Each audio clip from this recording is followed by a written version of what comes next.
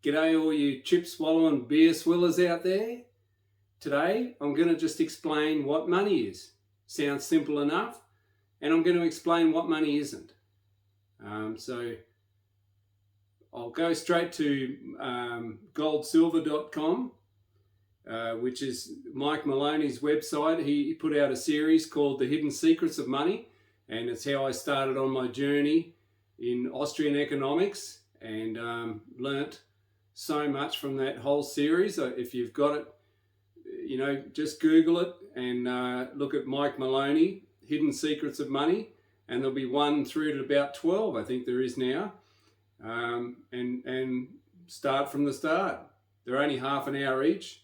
You can, watch them pretty quickly, and the education you receive and everything he said is just ringing true today more than ever. So anyway, what makes money money? I'll just put my goggles on. Money needs to be a medium of exchange, so it's able to be used as an intermediary in trade.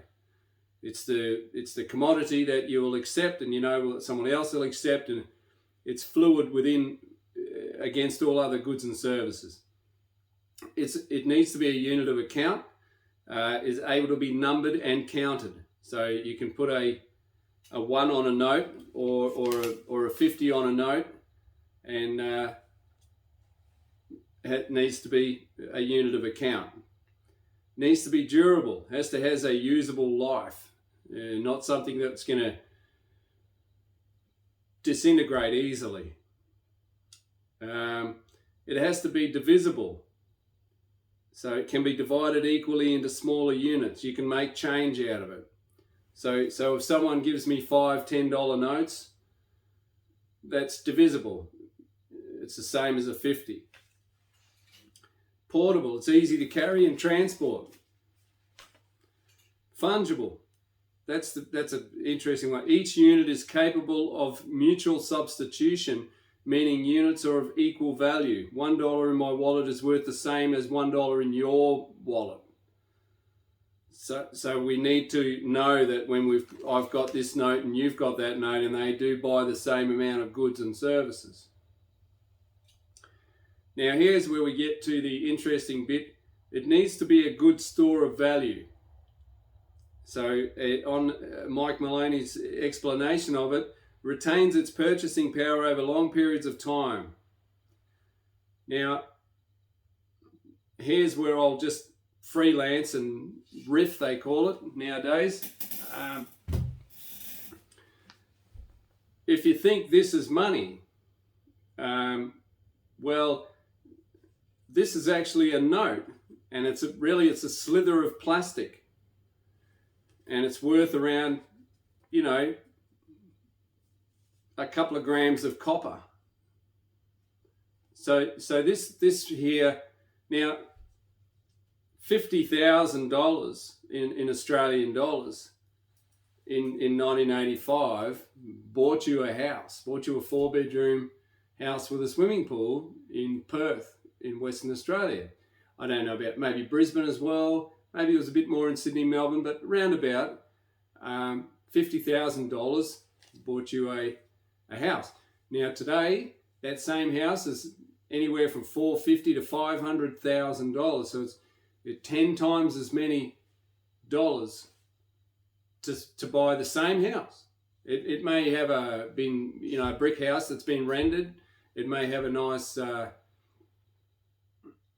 patio added, or it might have a new kitchen or bathroom in it, which will add value to it, yes, but not 10 times the value. So this is not proving to be a great store of value. If you go back further, 1 cent, we used to have 1 and 2 cent coins. Why don't we have them anymore?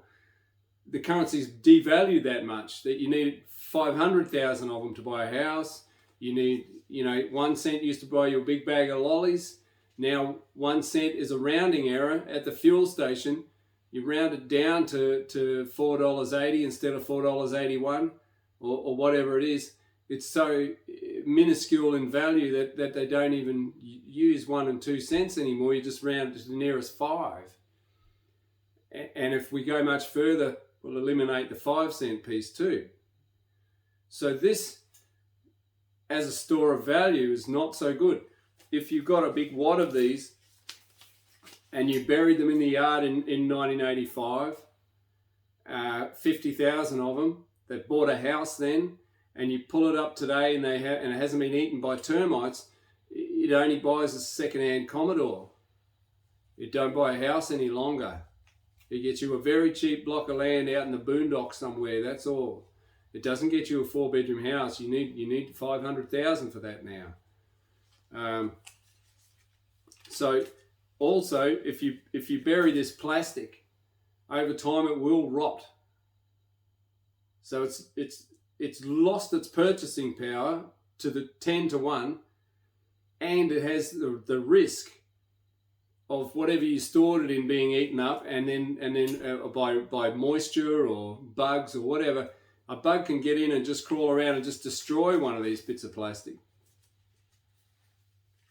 So Mike Maloney will go on and explain that this is currency. And currency is very handy when you're transacting, and everyone will take this stuff at the moment. So as long as everyone has faith that this is worth something, it's currency. Now people don't use this much anymore. They went on and started using these pieces of plastic. And they're pretty much getting obsolete now too, because you use your phone. Can't hold my phone up because I'm recording on it, but you use your phone and there's just numbers on the phone instead of numbers on here, or a string of numbers on here to say you've got some numbers digitally stored. How did we... Are the digits stored in your phone, are they a better store of value? Will they last longer? Well, you've got to update your phone every couple of years. And if your phone SIM card doesn't work, or you've got no internet, or you've got no power to charge your phone, you don't have any purchasing power. You've basically got no money. You can explain to someone that you've got a lot of digits in the bank, there's 6 zeros after them. But that's not going to wash if there's no power and no internet. Like after a cyclone hits up here in far north Queensland, no power, the only way that you could buy anything in the supermarket was with this. People forget that. And how did we get to here and digits on the screen? And what is this really? Well, this currency started out being a promissory note. That's why they call it a bank note.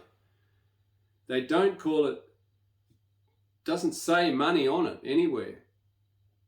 Just says it's $50. What happened? Well, let me pull out another prop. That's a silver coin. That's a piece of metal out of the ground. And 5,000 years ago, this was chosen as the one commodity. Here we get to the nitty-gritty. This is a commodity, and it was the one commodity infinitely interchangeable with all other commodities. This made it so you did not have to go and, get 100 chooks to swap for a horse. You could just have one of these in your pocket. Or you could have a copper one. You won't see that very well because it's still in the plastic. And it's American Eagle, 1 ounce of copper. So we were on a metallic standard. Now I could show you a gold coin, but it's in the vault. I can't get it out. I'm not going to do it today, whatever, just for this purposes. But we had a copper, silver, and gold standard. And so if you wanted a product, say some food, and this would buy a horse, which was a lot, which would have bought a horse at once upon a time, when a horse was a very sought after commodity, you could use this instead to buy a bunch of broccoli and some carrots. rather than this, because this would give you months and months worth, it'll all go off. So you use it at the smaller denomination. So simply put, these commodities were the one commodity that was interchangeable with all other commodities. That's what made them money. So money is a commodity. Money is not a plastic card or a bit of cash. These are representations of money. And these came about when you build up a store of this and you thought, well, I'd like to put them somewhere safe. And it started out actually as the blacksmiths were the safe keepers of your silver. So because he used to divide your coin up, because this stuff can be melted down into that can be divided into 100 bits or 1,000 bits or 1,000,000 bits. Very small if you get to 1,000,000, but you can do it. So the blacksmith was your store of your money, or whoever you trusted. You know, someone had a brick house and everyone else had a timber house, and someone had a good cellar, and they said, well, I'll charge you 1% a year. I'll keep your money safe, and I'll write you a note. The amateur Austrian has 1 ounce of silver, and here's the note. And then you could go out with this currency that was a representation of money, and you could buy your horse with your piece of paper back then, and you gave the vendor of the horse a piece of paper, and he went and saw your blacksmith. See, that guy owes me 1 ounce of silver. See, he signed it. You know who he is, whatever. And you could give him your piece of paper, and he'd give you the ounce of silver. Today we're walking around with digits on a phone and calling it money. It is not money. It is currency. If it's a digital currency like Kinesis or Load, where you send them your silver or gold or your dollars, and they go and buy precious metals and put them in a vault, then you have a currency that's backed up by sound money. That's what you call this stuff, sound money. One more thing, in a sound money environment, like in the 1800s, we had sound money. We didn't have any inflation. We had a slight deflation. We produced more and more goods and services, and we had pretty much the same amount of this stuff above ground and gold. All the gold that's ever been mined has pretty much not been lost. Silver's different. We throw silver away. We throw it away in computers. We use it in scalpels and throw them in the bin. This silver is the most useful commodity on the planet. It's not just money. It's used in electronics. It's used in medical supplies. It's used, in anywhere you want to conduct electricity. Cars, the electric cars are full of silver. Not huge amounts. The touch screen on your phone won't work without silver. If we didn't have silver, we'd have no touch screens. We'd still be on LEDs or whatever they call it. I can't even remember what, the quartz crystals. So this stuff is extremely useful, more useful than any other commodity, more useful than oil, more useful than wood. More, they've all got their uses and we need them. But this stuff here has more uses. So I got off track. This is the store of value. This is the store of value, this silver coin or a gold coin. You went in and they had to redeem it.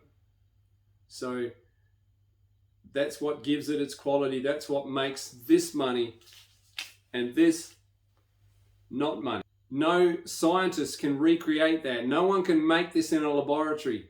We have to dig it out of the ground. So only this can be inflated. This can be made in a factory. This is just a worthless piece of slither of plastic with some famous Australians on it and a 50 written on it. This can be printed for as far as the eye can see. So if you want a stable economy where things are cheap and the average working person, one wage can pay a house off, or you don't even need to pay a house off. In the 1800s, you saved up and you bought your house, and then you left home and got married, and you never needed any credit for anything.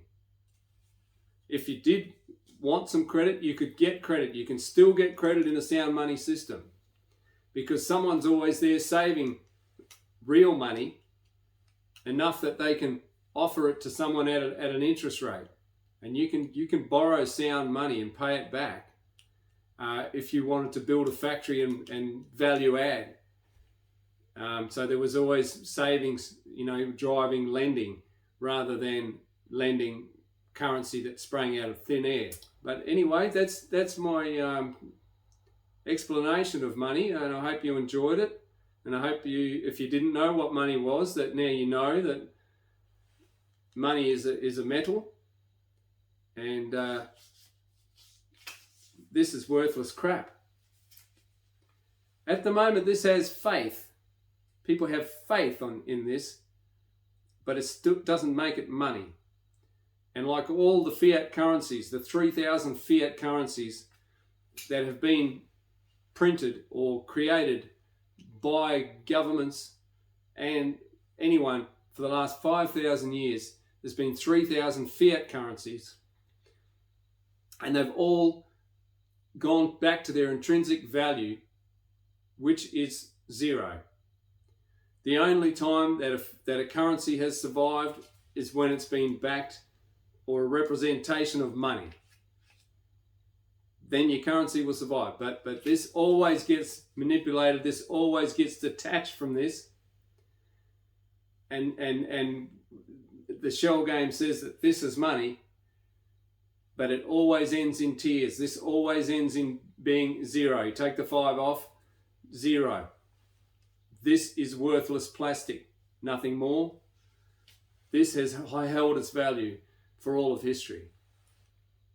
Thanks for watching, guys. I'll see you on the next one.